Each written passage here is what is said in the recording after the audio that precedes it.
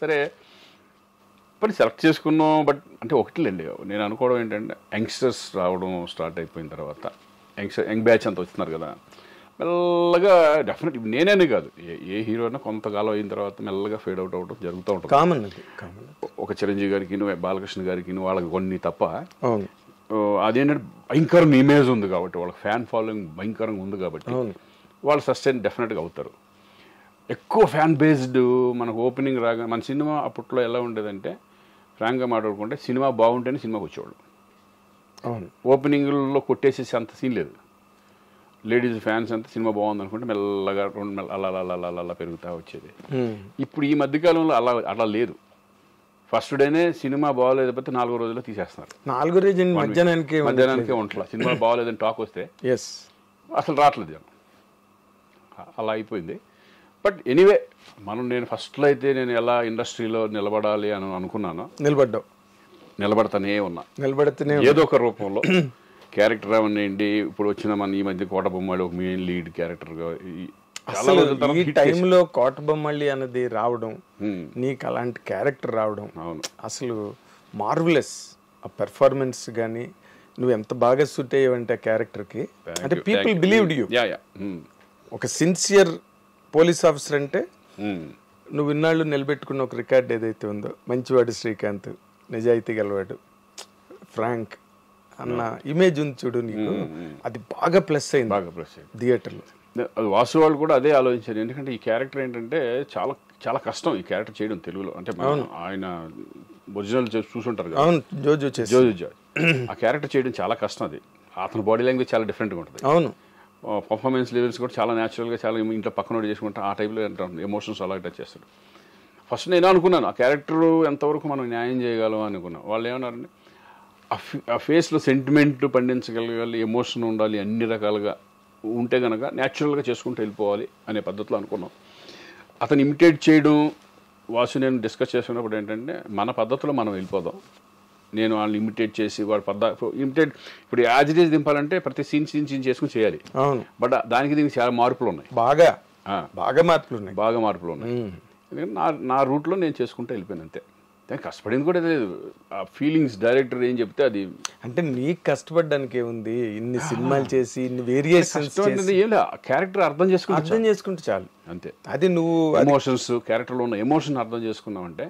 అవును, అసలు ఆ లాస్ట్ సీన్ ఉందే, నాకు ఈ ఉద్యోగం కాకి బట్టలు ఇచ్చింది కానీ కుటుంబాన్ని దూరం చేసింది, ఆ డైలాగు నిజంగా అసలు థియేటర్లో క్లాప్స్, ఆ థియేటర్ దగ్గర సీన్స్ బాగా ఎమోషన్ బాగా టచ్ చేస్తుంది.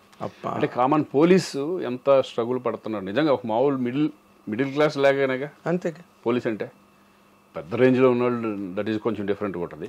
ఒక పోలీస్ అనే అతను ఇప్పుడు మన మిడిల్ క్లాస్ పీపుల్ ఎలా ఉంటారో ఆ టైప్ ఆఫ్ అనుకోవాలి మనం. అంతే, వాళ్ళ స్ట్రగుల్స్ వాళ్ళకు ఉంటాయి. అయ్యో వాళ్ళు మనుషులే కదా. ఇప్పుడు అందులో అక్కడ కనిపించింది అదే, ఒక పోలీస్ ఆఫీసర్ పోలీస్ డిపార్ట్మెంట్ లో ఉన్నవాడు బయటకు వచ్చి అంతమందిని కమెంట్ చేసి భయపెట్టేవాడు. జీవితంలో ఎంత సున్నితమైన అంశాలు మనిషిని చంపేసాయి కదా ఆఖరిని. కూతురు అన్నమాటకేగా చచ్చిపోయాడు. Believed it people. నువ్వు హ్యాంగ్ చేసుకున్న సీను థియేటర్లో పిన్ డ్రాప్ సైలెన్స్. ఆ సీన్ దగ్గర షాక్. అంటే నాకు ఫోన్ చేసి తట్టుకోలేకపోయా, ఏంటి అట్లా సడన్గా చేసేసుకున్నా ఏంటంటే కథ. కొంతమంది బాగా ఫ్రెండ్స్ ఉంటారు కదా, వాళ్ళు షాక్లోనే ఉన్నారు అంతా, మొత్తం ఏంటి ఇది ఆ టైప్లో. అదేలే, అంటే బేసిక్గా మొత్తం సినిమాలోనే నీ క్యారెక్టర్ కనుక ఏమాత్రం మొన్న కూడా నేను ప్రెస్ మీట్లో అదే చెప్పా, మెయిన్ క్యారెక్టర్ అదే కదా, మెయిన్ క్యారెక్టర్ హీరో. అక్కడ ఏమాత్రం తేడా వచ్చినా ఆ క్యారెక్టర్ని ఆడియన్స్ డ్రైవ్ చేసుకుంటూ వెళ్ళలేకపోయారంటే, కనెక్ట్ అవ్వలేదంటే పోయేది సినిమా. ఎస్ చాలా నాకు నష్టమే ఒకవేళ తేడా వస్తే. అంతే కదా. ఇప్పుడు ఇందాక నువ్వు మహాత్మా గురించి చెప్పావు కదా, ఇప్పుడు నీ కెరీర్లో డిజాస్టర్స్ హిట్లు ఎన్ని ఉన్నాయో డిజాస్టర్స్ అన్ని ఉన్నాయి, టు బి వెరీ ఆనెస్ట్. అవును కదా. లక్కీగా ఏంటంటే నేను యాక్టర్గా నేను ఎప్పుడు ఫెయిల్ అనుకుంటున్నాను. నేనైతే యాక్టర్గా ఎక్కడ కూడా నాకు మైనస్ అనేది పడలా, దేవుడి దేవాలి లక్కీగా. సినిమా పోయినా సినిమా మీద వెళ్ళిపోయేది, కానీ శ్రీకాంత్ బాగా చేయలేదని రాలేదు. శ్రీకాంత్ బాగా చేయలేదు, నీకు 2 కాసాయి. నీ పెర్ఫార్మెన్స్ సినిమాలో నీ క్యారెక్టర్ వర్క్ ఒకటైతే, ఇండస్ట్రీలో నీ ఒరిజినల్ క్యారెక్టర్ ఏదైతే ఉందో అది కేస్ స్టడీ. తర్వాత ఇప్పుడున్న జనరేషన్ వాళ్ళకి ఎట్లా మూవ్ అవ్వాలి, ఎట్లా మెయింటైన్ చేయాలి రిలేషన్స్, అవన్నీ సినిమా చూసే కాదు, అవి ఇంపార్టెంట్ చాలా ఎందుకంటే ఇండస్ట్రీలో ఓన్లీ సక్సెస్ ఒకటే కాదు, సక్సెస్లు వస్తాయి, ఫెయిల్యూర్స్ వస్తాయి, కానీ మనిషిగా నిలబడాలి. ఎస్, ఒక హ్యూమనిటీ అనేది 100%. నేనే కదా ఇప్పుడు మా పిల్లలు వచ్చినా ఎవరు వచ్చినా సరే వాళ్ళు చూసి మమ్మల్ని చూసి నేర్చుకుంటారు. That's what I'm saying. ఏంటి నాన్న ఏంటి అనేది వాళ్ళు అబ్జర్వ్ చేస్తూ ఉంటారు, మనం చెప్పక్కర్లా. వాళ్ళ బయట వాళ్ళు చెప్పే విధానం కానీ నా గురించి చెప్పే విధానం కానీ, నా గురించి అంటే ఇప్పుడు చిరంజీవి గారు ఎవరు పెద్ద పెద్దోళ్ళు మా సీనియర్స్ ఉంటారు, వాళ్ళని చూసి నేర్చుకునే మేము చాలా ఉంటాయి కదా.